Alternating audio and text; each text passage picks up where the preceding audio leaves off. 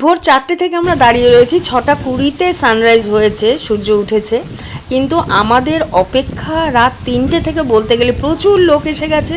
আর কন্যাকুমারীতে সূর্যোদয়ের সময় Vivekananda rock Memorial এবং 133 ফুটের এই বিশাল তিলুভাল্লুয়ার মূর্তির দৃশ্য যে কি অসাধারণ, যেখানে বঙ্গোপসাগর, আরব সাগর ও ভারত মহাসাগরের মিলনস্থলে সোনালি আলো ছড়িয়ে পড়ে।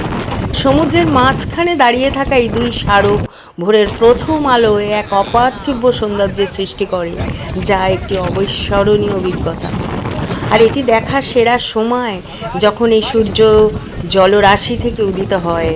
এখন মোটামুটি 6:30 বেজে গেছে, সূর্য পুরো উঠে গেছে।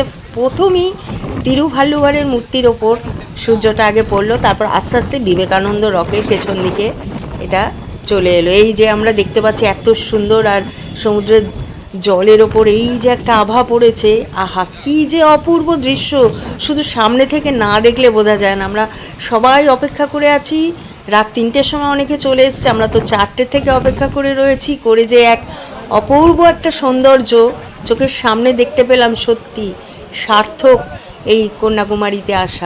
ভোরের প্রথম আলোয় জলরাশি থেকে ওঠা সূর্যোদয় দৃশ্য, আকাশের রং পরিবর্তন আর এই দুই আইকনিক স্থাপত্য অসম্ভব সুন্দর একটা মায়াবী পরিবেশ তৈরি করে।